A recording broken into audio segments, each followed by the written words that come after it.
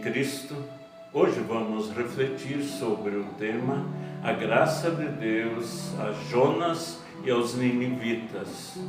E destacamos então as palavras do próprio livro de Jonas, capítulo 3, versículos 1 a 5 e depois ainda o versículo 10, que diz: A palavra do Senhor veio a Jonas pela segunda vez, dizendo: Levante-se, vá à grande cidade de Nínive e pregue contra ela a mensagem que eu lhe darei. Jonas se levantou e foi a Nínive segundo a palavra do Senhor. Ora, Nínive era uma cidade muito importante diante de Deus. Eram necessários 3 dias para percorrê-la. Jonas começou a percorrer a cidade caminhando de um dia e pregando e dizendo: ainda 40 dias e Nínive será destruída. Os ninivitas creram em Deus, proclamaram um jejum e vestiram roupa feita de pano de saco, desde o maior até o menor. Deus viu o que fizeram, como se converteram do seu mau caminho, e Deus mudou de ideia quanto ao mal que tinha dito que lhes faria, e não o fez. Amados, sabemos a partir dos relatos do capítulo 1 e 2 do livro de Jonas, que Jonas, ao ser chamado e enviado por Deus, procurou fugir desse seu compromisso com Deus, o que o levou a ser jogado no mar e engolido por um grande peixe. Quando estava, então, nas profundezas do mar, ainda no ventre do peixe, clama a Deus por uma nova chance ou oportunidade. Deus, em sua graça, lhe deu essa nova oportunidade, fazendo com que o peixe, após 3 dias, o vomitasse à beira da praia de Nínive, quando então se sucedeu o que o texto nos relata. Nesta segunda chance dada a Jonas, ele obedeceu à ordem e ao chamado de Deus, agora sem questionar se havia possibilidade dos ninivitas se arrependerem, mas apenas obedecendo às instruções de Deus. Pois a experiência de quase morte e as desventuras decorrentes da não obediência levaram Jonas a refletir um pouco mais e atender finalmente ao seu chamado. Ao ter ouvido a palavra do Senhor falando para ele se levantar e se dirigir à grande Nínive e lá pregar a palavra de Deus aos ninivitas, Jonas levantou-se e se dirigiu a Nínive. A cidade era grande e Jonas começou a pregar a palavra de Deus percorrendo a cidade, que levava 3 dias de caminhada, e ia dizendo: ainda 40 dias e Nínive será destruída. Ao ser Nínive descrita grande e serem necessários 3 dias de caminhada para percorrê-la, é objetivo de enfatizar então a importância e o tamanho desta cidade. Jonas foi bem sucedido, porque pregou a simples palavra de Deus e nada acrescentou de si mesmo. A palavra pregada por ele foi capaz de gerar nos corações a fé necessária para a obediência. Se humilharam diante de Deus em arrependimento sincero e assim obtiveram a graça de Deus, perdão, vida e salvação. O Espírito Santo operou grandemente por meio da pregação de Jonas. Os ninivitas se arrependeram e Deus respondeu com compaixão.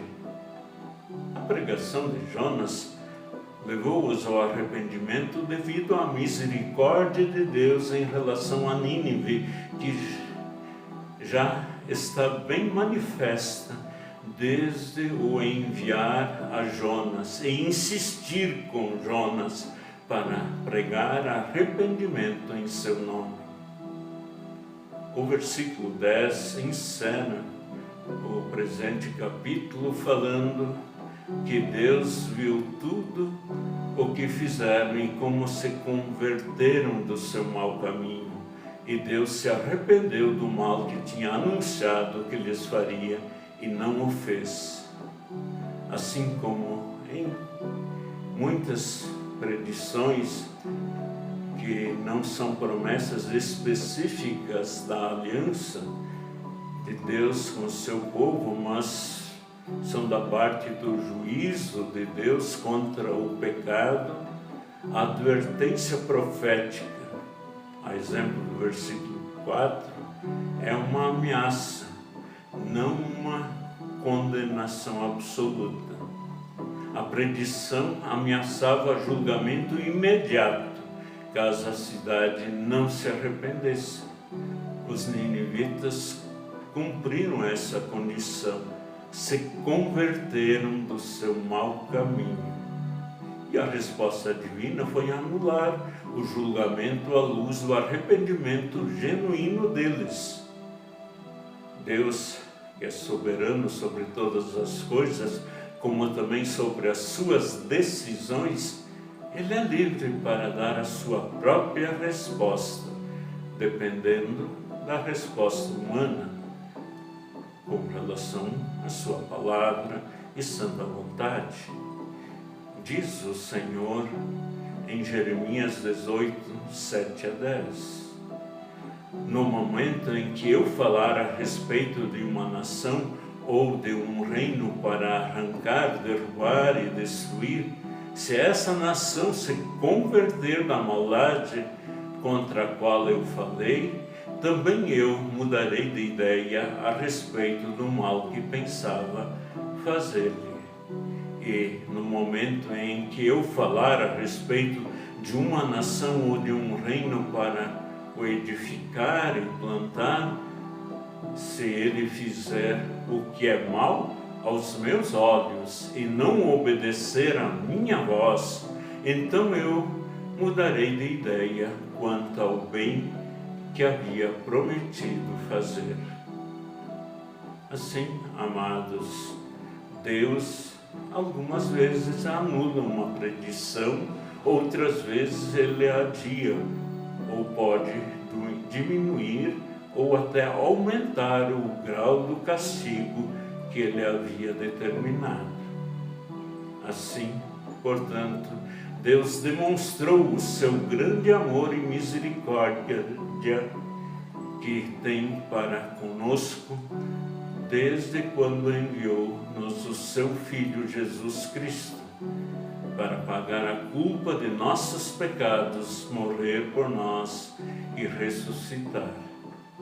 E ainda, Deus agindo no mundo para que Jesus fosse revelado a nós pelo Evangelho e concedendo-nos pelo batismo nova chance para, como filhos de Deus, vivermos uma vida em arrependimento, onde, qual Jonas e os ninivitas, não questionamos a ordem e a vontade de Deus, mas crendo e aceitando a sua santa palavra e vontade de bom gosto, nos humilhamos diante de Deus, arrependidos, para, firmados em Cristo, sermos membros do próprio corpo de Cristo.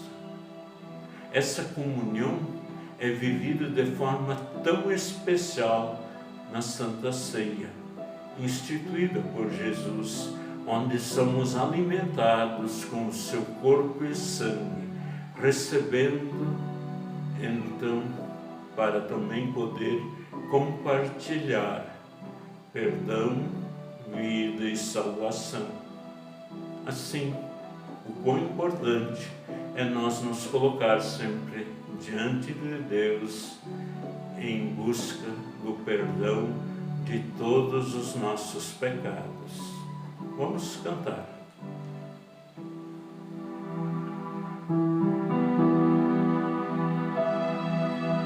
Se sofrimentos te causei, Senhor, se ao meu exemplo fraco trouxe,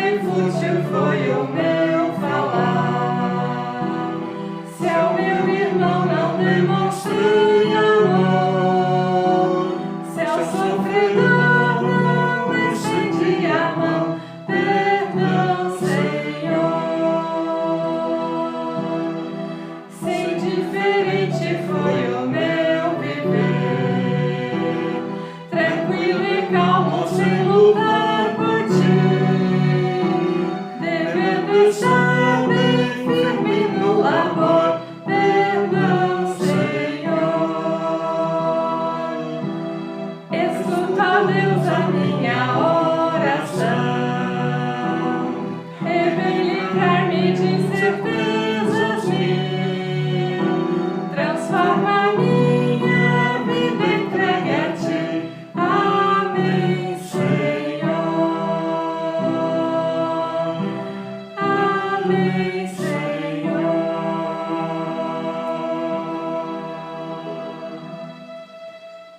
E que a graça de Deus também sempre seja manifesta a nós, enquanto arrependidos nos confessamos a Deus, confiantes no perdão que Cristo conquistou por nós.